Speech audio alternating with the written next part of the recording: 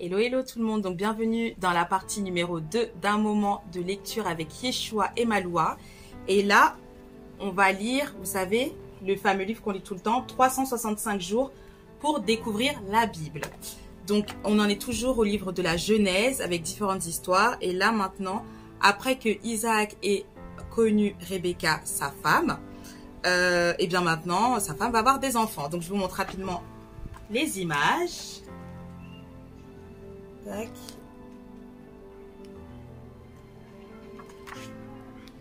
Et là.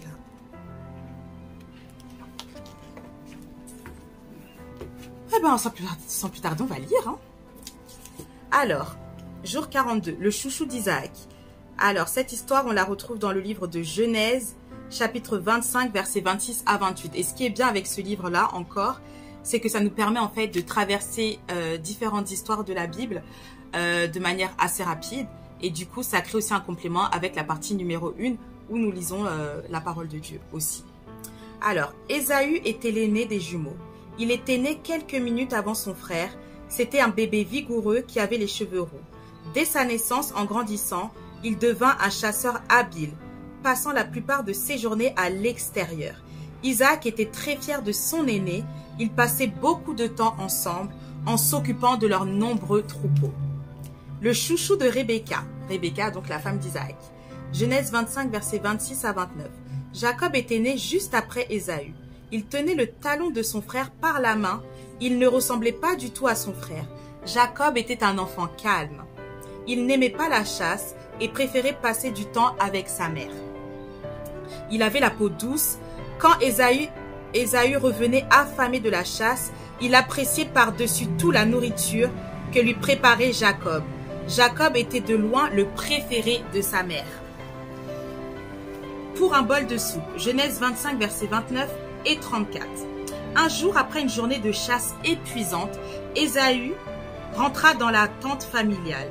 Il y vit Jacob qui préparait une soupe de lentilles à l'odeur particulièrement alléchante.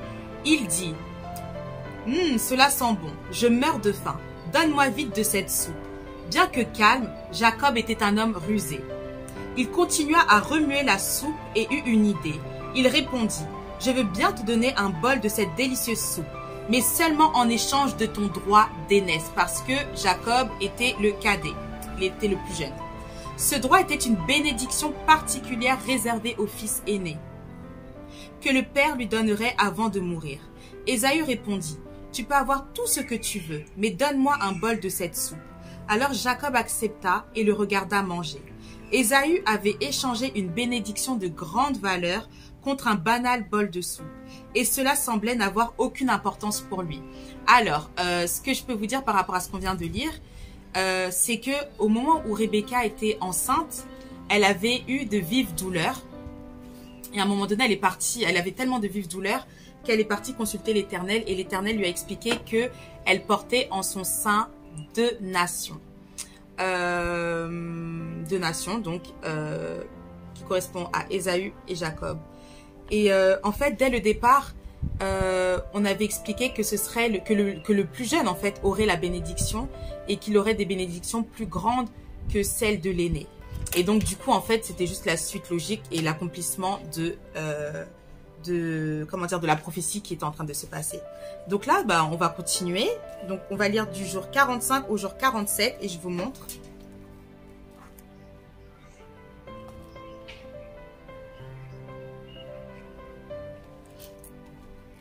Alors, Genèse 27, versets 1 à 4.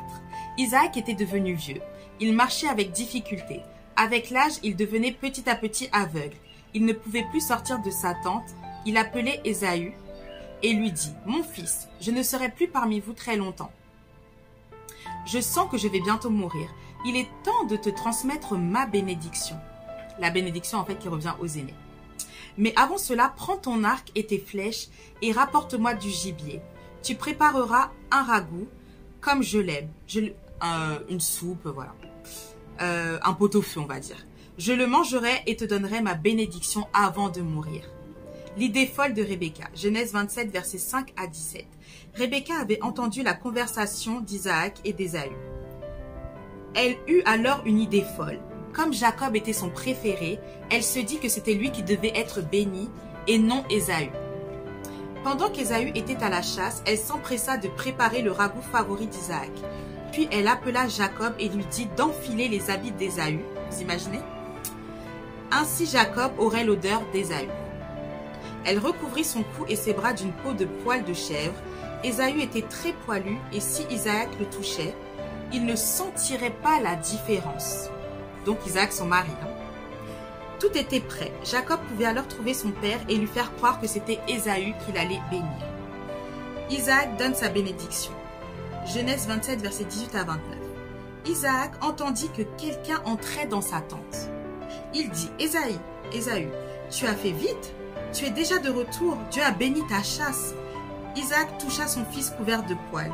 Il l'huma, il senta l'odeur de ses vêtements. Oui, c'était bien Ésaü, qui se tenait devant lui. Isaac était heureux. Alors dans la parole de Dieu, on voit qu'à un moment donné, Jacob dit, mais c'est bizarre. Je sens l'odeur d'Ésaü, mais j'entends la voix de Jacob. Et Jacob, il continuait, il disait, non, c'est bien moi, ton fils Ésaü. Voilà. Il mangea le ragoût que lui avait préparé Rebecca et bénit Jacob, disant, que Dieu te bénisse maintenant et pour toujours, qu'il te donne tes biens en abondance. Reçois désormais l'autorité paternelle sur ta mère et tes frères. Amen. La prochaine fois, donc samedi prochain si Dieu veut, on lira la suite. Et on sera au jour 48. Donc, évidemment, ce sont des histoires condensées des récits de la Bible. Et je vous invite à lire votre Bible et à lire aussi ce que nous lisons là dans le livre de la Genèse pour que vous puissiez avoir une idée beaucoup plus précise de ce qui est écrit dans la parole de Dieu. Parce que lorsqu'on médite le livre de la Genèse, on se rend compte qu'il y a beaucoup de choses qui sont toujours d'actualité au jour d'aujourd'hui. Et en fait, même quand on lit l'histoire de Isaac, de Jacob, de Rebecca et d'Ésaü, on voit en fait cette tragédie qui s'est passée dans cette famille, mais aussi, et c'est une chose qu'on oublie tout le temps, parce que c'est vrai qu'on dit Jacob, l'usurpateur, etc. Mais ce qu'il ne faut pas oublier, c'est que tout cela découle aussi d'une prophétie que l'Éternel avait déjà annoncée en expliquant que, bah oui, ce serait Jacob qui hériterait de toutes ces bénédictions-là. Mais maintenant, à travers cette histoire-là, il y a eu beaucoup de ruses, beaucoup de mensonges, beaucoup de détresse, parce que à cause de cette histoire-là, bah, une famille a été totalement brisée. Et c'est là aussi on voit de quelle manière aussi Dieu s'occupe de ses enfants, de son peuple, et de quelle manière il orchestre les choses de manière parfaite, parce que notre Dieu est parfait. On a encore un peu de temps, donc je vais lire un passage du livre de Ma Princesse, et on va voir ce que Dieu veut nous dire pour ce week-end. Ah bah voilà. Ma princesse, je suis avec toi dans les périodes troublées. Tu n'as jamais besoin de douter si je suis au milieu des circonstances de ta vie. Peu importe l'intensité que te semble être le feu, les flammes ne te brûleront pas aussi longtemps que je serai avec toi. Tout comme j'ai été présent avec Shadrach, Meshach et Abed-Nego dans leur brûlante épreuve de foi, je suis maintenant ici avec toi. Tu peux ne pas le réaliser maintenant, mais toi, ma princesse, tu seras un jour comme cet argent précieux qui a été affiné par le feu et purifié en ma présence. Souviens-toi que je ne t'ai pas mise dans le feu pour te brûler. Fais-moi confiance malgré ton cœur inquiet et vois les merveilles que je fais pour toi au milieu des flammes les plus brûlantes. Je t'aime, ton roi et ton affineur. Le verset qui suit, donc psaume 28, verset 7. Le Seigneur me protège, il est mon bouclier. Du fond du cœur, je lui ai fait confiance, j'ai reçu du secours, j'ai le cœur en fête, je veux chanter pour le louer. Amen, amen. Alors que Dieu vous bénisse, donc c'est celui-ci, le livre de Ma Princesse, qu'il vous bénisse, qu'il vous protège, qu'il vous garde, qu'il vous donne aussi des révélations sur qui vous êtes, sur votre destinée, sur la raison pour laquelle il vous a créé, parce qu'assurément, Dieu ne nous a pas créés pour que nous puissions être errants sur cette terre, mais il veut aussi que nous marchions avec lui.